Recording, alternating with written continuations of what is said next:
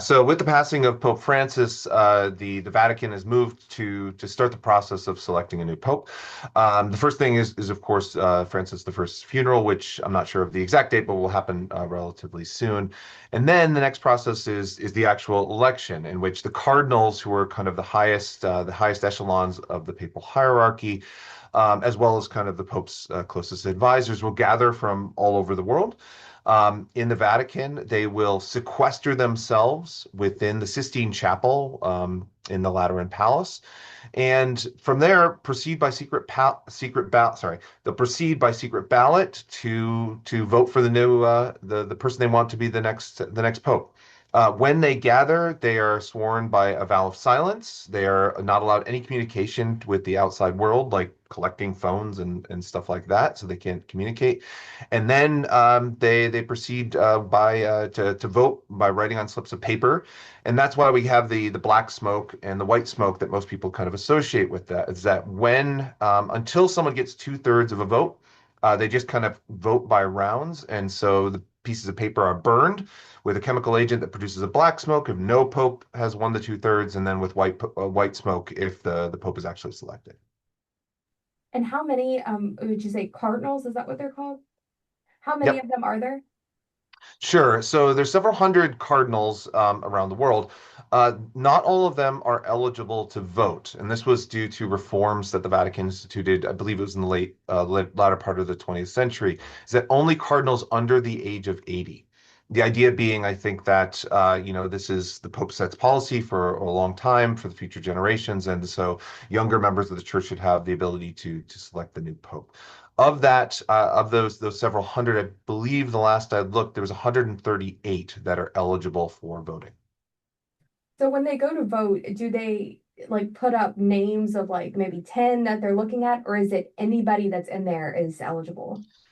Technically, any baptized Catholic man is can become pope. The reality of that is that it's probably going to be one of the cardinals themselves, because they're kind of at the highest levels of the church's hierarchy there.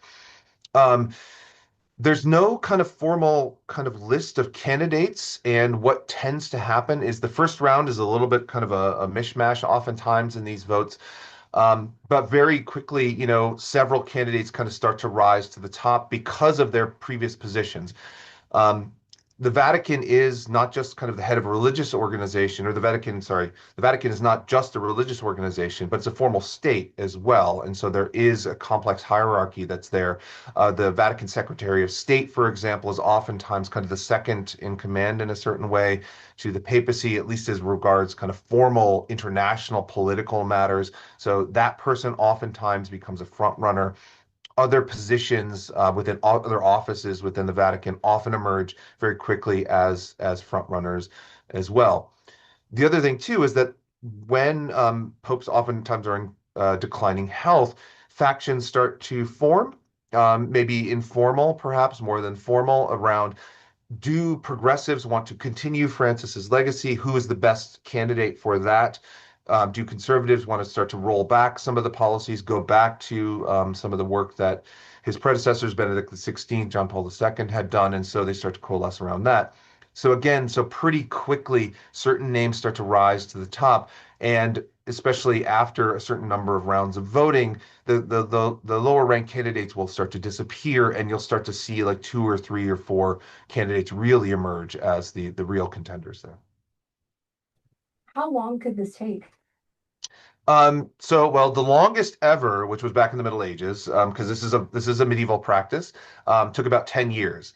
That is by far the longest it is ever taken, and I think it usually takes probably 48 to 24 hours. There's multiple rounds of voting per day. I think Francis was elected within 24 hours, if I'm remembering correctly.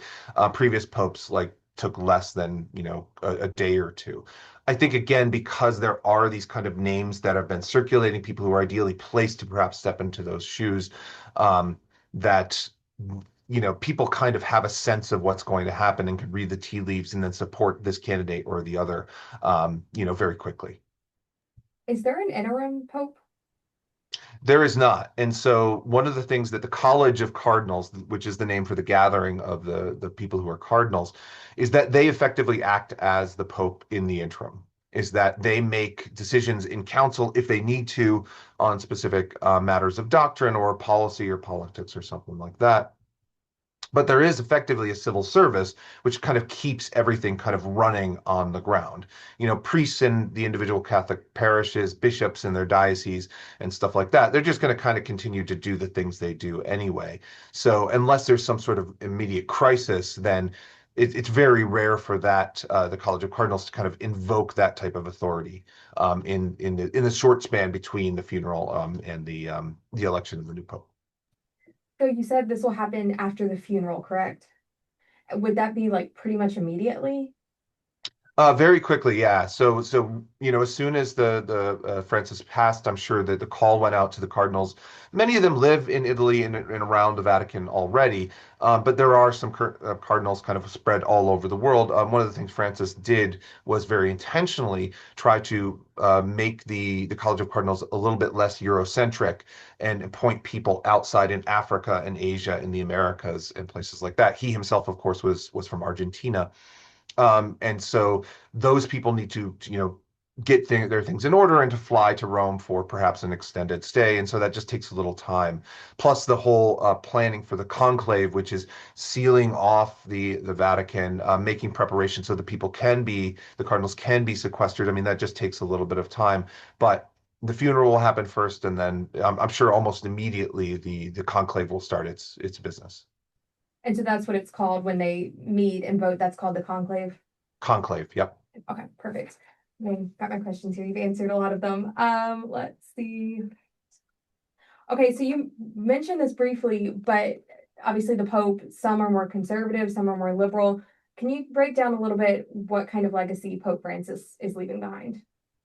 Sure. I mean, I think one of the things that was really important about Francis is how he both kind of continued some of the work of his predecessors, again, Benedict XVI and John Paul II, but then started to kind of, if you'll forgive the analogy, like kind of change the vibe of the Catholic Church in a little way.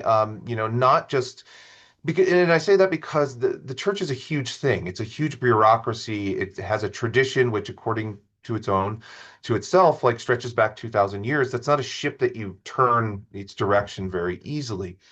But one of the things that, he inherited was the ongoing and still ongoing kind of scandal of child sexual abuse within the Catholic Church, concern about kind of the status of abortion. And its reaction to those who are anti-abortion and those who want a more liberalizing policy, and also about their relationship to LGBTQ plus members. One of the first things Francis did is he was interviewed after he became Pope, and he basically said, I am not one to judge, person's lifestyle. Like we should open our arms to community members who are of the LGBTQ plus community. He faced a lot of backlash, and he never certainly kind of went full bore in embracing or allowing same-sex marriage or anything like that. So, faced criticism from the progressive wing of the church as well. And those are still the tensions that have never been resolved. And so I think that those will be at the top of the mind for the College of Cardinals as they meet and are they selecting. Like, is because there's a moment, like a kind of a tipping point in some ways. Like, if you push in a certain direction, you could see a very conscious move to liberalize kind of church policy and doctrine and practice, but you could also very easily see them kind of roll back even some of those kind of tentative steps that Francis in certain areas was making. What do you expect to happen? Oh, I'm not a betting man, so I don't really know. I will say though that one of the interesting things that I've learned as I've been doing some reading about this, and I wasn't aware of at the time, is that um, Pope Francis had appointed a large new number of cardinals just over the last 10 years, and so it suggests that people will be sympathetic to the policies and procedures. The people who are electing the new pope will be sympathetic to the reforms that he instituted. That's not a guarantee, of course, but at the same time, we could see there's a possibility another pope that's not from Europe, which would be, pretty radical. But at the same time, there might be a push from European Catholics, or European cardinals, I should say, to return the papacy to kind of its quote unquote roots back in Europe. So it's a little bit unclear right now, kind of what's going to happen. I'm just as interested as everybody else in what's going to happen. So Yeah, absolutely. It's gonna be interesting. yeah. Let's see. So once they name the new pope, what happens after that? So once the new pope is named, is elected, in the pope has to serve willingly. So in theory, right, the College of Cardinals um, go and talk to the candidate, ask them if they accept. I don't know of a case since again the Middle Ages in which somebody tried to deny being elected pope. And then they immediately they select a papal name. And the name is often very indicative of what style of papacy that you'll see from that ruler. Francis chose the name Francis the First. He was the first person to do that. Named himself after Saint Francis of Assisi.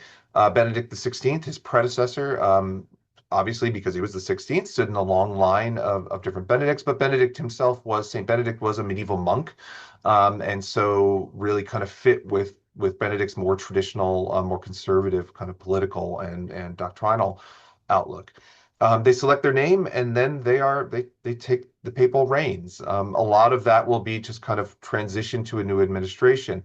If it is somebody very high up already, like the Secretary of State or somebody in charge of one of the important offices, you're going to see a much smoother transition because they're already familiar with the ins and outs of the bureaucracy and things like that. If it is a real outsider, which of course is a possibility, then there might be some, turnover, and that'll be a real chance to see something perhaps really radical happening. I don't know that that's going to happen, but it is a possibility.